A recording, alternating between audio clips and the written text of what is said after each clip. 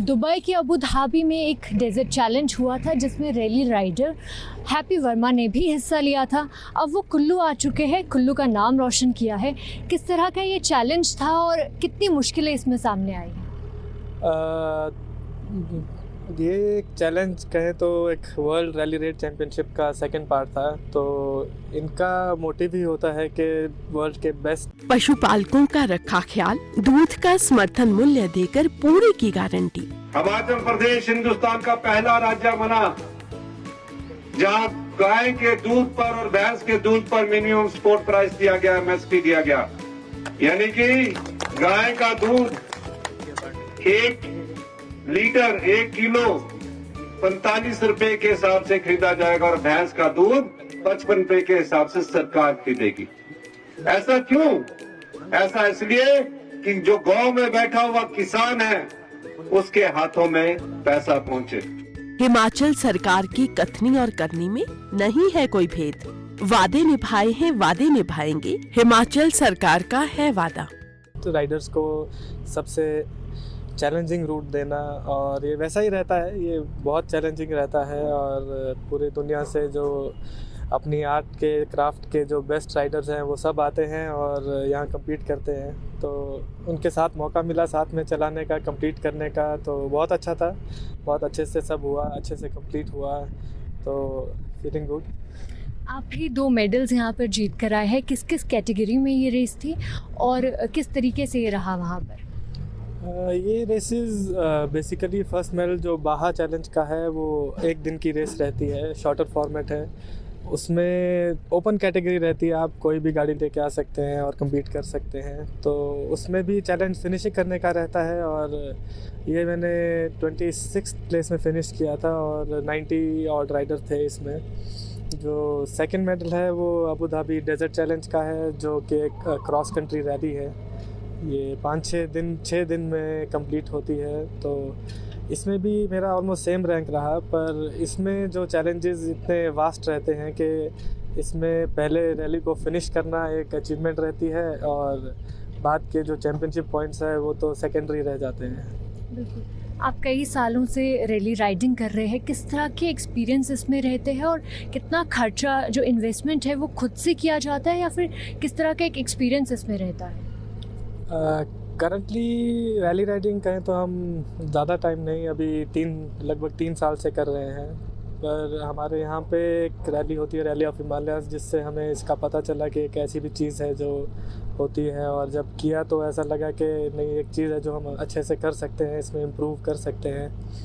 तो खर्चे की बात कहें, खर्चा तो अब मोटर स्पोर्ट्स एक बहुत डेंजरस स्पोर्ट होने के साथ साथ एक एक्सपेंसिव स्पोर्ट भी है। इसमें आपको रेसिंग मशीन्स चाहिए, उनको अपकीप पूरे टाइम रखना पड़ता है। अक्रॉस इंडिया या जैसे अभी इस रैली में अक्रॉस द ग्लोब भी जाना पड़ता है। तो एक्सपेंसेस बहुत हैं मोटर स्पोर्ट्स में, और हमारे कुछ स्पॉन्सर्स हमारी हेल्प करते हैं इसमें।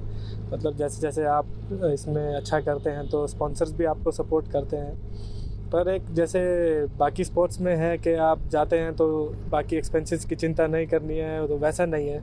इसमें आपको सोचना पड़ता है कि आप कहाँ जाएंगे, कैसे करेंगे, हर चीज़ को मैनेज करना पड़ता है। काफ़ी डेंजरस भी ये स्पोर्ट है और एक्सपेंसिव भी है एक तरीके से अगर देखा जाए तो। अब जो युवा अगर इस स्पोर्ट्स में आना चाहते हैं उनके लिए क्या एडवाइस है और किस तरीके से आगे इसमें लोग अपना फ्यूचर देख सकते हैं? हाँ जी, हर एक स्पोर्ट की तरह इसमें भी अगर आप अच्छे से किसी चीज़ को करते हैं तो उसमें सक्सेस है। उसमें आपको एक मेंटल सक्सेस भी है, फाइनेंशियल सक्सेस भी है।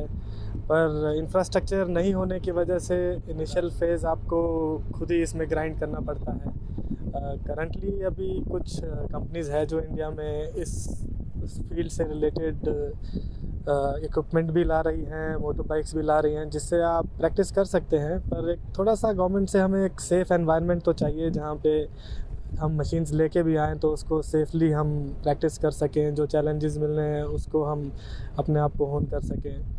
तो ये चीज़ एक गवर्नमेंट से तो हम चाहते ही हैं। हमारे यहाँ तो वैसे भी पहाड़ों में लैंड बहुत स्कार्स है, मिलता नहीं है। तो एक ऐसी जगह मिले तो लोग कर रहे हैं, और अपने घरों में गलियों में चला के भी अभी नेशनल चैम्पियनशिप हमारे साथ लड़के हैं जो जीत रहे हैं। तो मिलेगी तो और अच्छा ही होगा, और प्रॉस्पेक्ट है। आप अच्छे से कंप्लीट करेंगे तो देश में नाम भी होता है और आपको रिकग्निशन के साथ साथ करियर बनाने का एक चॉइस रहती है, चांस रहता है।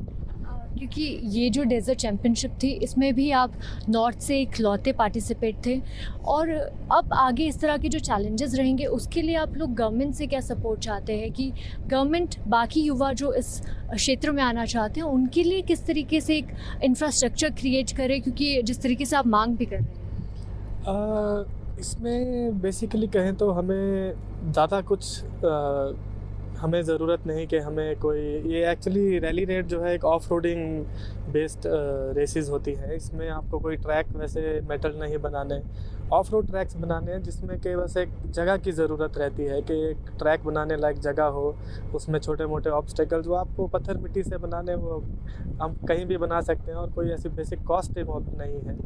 बस इंटेंशन चाहिए गवर्नमेंट की तरफ से कि वो राइडर्स को सपोर्ट करने की इंटेंशन रखें तो थोड़ी सी जगह मिले, लोग आए, सेफ़ इन्वायरमेंट में प्रैक्टिस करें जिससे कि ना लोगों को कोई तकलीफ़ हो, ना राइडर्स भी सेफ़ रहते हैं ट्रैक पे। बस इतना सा है, बाकी होगा तो बच्चे सेफली करेंगे, मोटर स्पोर्ट्स भी ग्रो होगा और जैसा कि हो रहा है कंट्री का नाम भी एक ग्लोबल स्टेज पे जाता है। बिल्कुल। तो ये हमारे साथ थे हैप्पी वर्मा, जो कि अबू धाबी में हुए इस चैलेंज में देश का ही नहीं प्रदेश का नाम भी रोशन करके आए हैं, और अब इनकी सरकार से भी यही मांग है कि मोटर स्पोर्ट्स को लेकर सरकार लोगों के लिए यहाँ पर कुछ पॉलिसीज़ लेकर आए और ताकि जो युवा है इस क्षेत्र में आगे बढ़ सके।